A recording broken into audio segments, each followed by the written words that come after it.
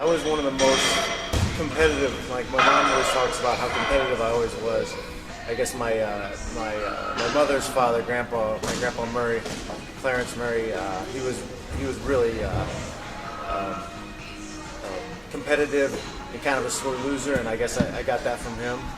And from before I can remember, I was upset at losing any kind of game or anything. Sports, everything.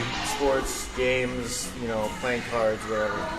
Didn't matter. I had to be the best at it. The thing about wrestling that shapes such strong character in people is, a lot of people come up to like hard times every once in a while in their life, and they have to push through something difficult here and there. Where in wrestling, you have to push through hard times like minute by minute to get through practice, just to survive sometimes. Some days you're just in survival mode, and getting the crap beat out of you. And most people will never experience that kind of pressure or, those kind of hardships impacted into one small period of time like a wrestler does. I think every man has to have his own definition of being a father, but I think most of it's just being there for your child as much as you can and supporting the child as much as you can. And ultimately, our only true responsibility for that child is to make sure that we teach it how to survive. Mm-hmm. That's our basic animal instinct in life, is to be able to hand down that to the child and not take care of him, but teach him to be able to take care of himself. So, I'm hoping I can teach him some good things, and hopefully I can teach him things that I didn't learn until I was later in my life. Teach him, teach him about work ethic, and teach him how sometimes hard work is a reward in itself sometimes. Started off like I thought I was going to play professional football until, after my senior year of high school, and I realized, nobody was calling and offering any scholarships, and I was a solid player, but I wasn't that fast. I wasn't that big. If I would have been 15 pounds heavier or a little bit faster, maybe, but, so I had to make the decision to walk on the football team or walk on a wrestling team. And I was like, well, I can walk on the football team, and maybe senior year I'll play kickoff team or something, or I can go to a wrestling team, wrestle in the Big Ten, and maybe win an NCAA tournament.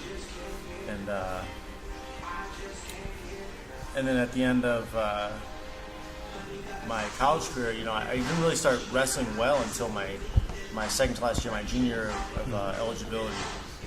And I got hurt halfway through that season. So then I had a pretty good senior season, but I still failed to become All-American. I lost the overtime match in the Big Ten tournament that would have qualified me for the national tournament. I think if I would have qualified, I think I could have been All-American.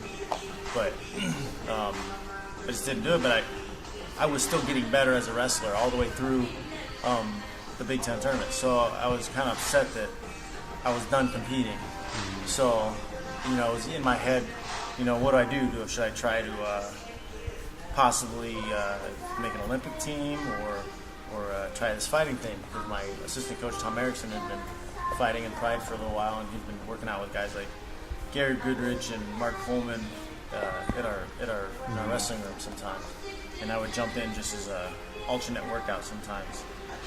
And just from them, it kind of became a possibility of something for me to do.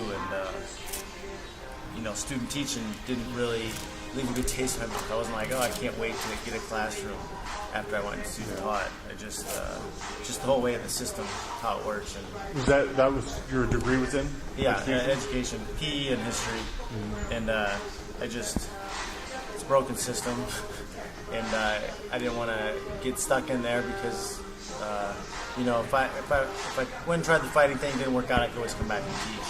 But I didn't want to get stuck in the system and get beaten to death and become a ghost of myself because the system killed me. Mm-hmm. But I just rolled the dice, and luckily I won an award called the Red Mackey Award from Purdue University, which is awarded 3 seniors every year, and from all the sports, men's and women's, and it gives you like a free year of school the next year at grad school. So it bought me time to think. So like, if I wouldn't have gotten that, I might have actually gotten a teaching job. I might not have fought. But luckily, it gave me a year to kind of to stay around the wrestling team and think about fighting as a profession. I kind of thought that we could like change the world through fighting and because it's such a pure sport. It's an honest sport. When you strip it down and you have two people who are training hard and you put them in, a cage together and they fight, like it's, there's not much truer competition than that. And you can't fake much of that, so it strips all the lies away. Regardless what happens outside of the cage, once you're inside, all the lies get stripped away because you're exposed, you're naked. And I just always felt like, more people who got involved with the sport, more people could understand that and respect that and try to live kind of that way. I think things could be better.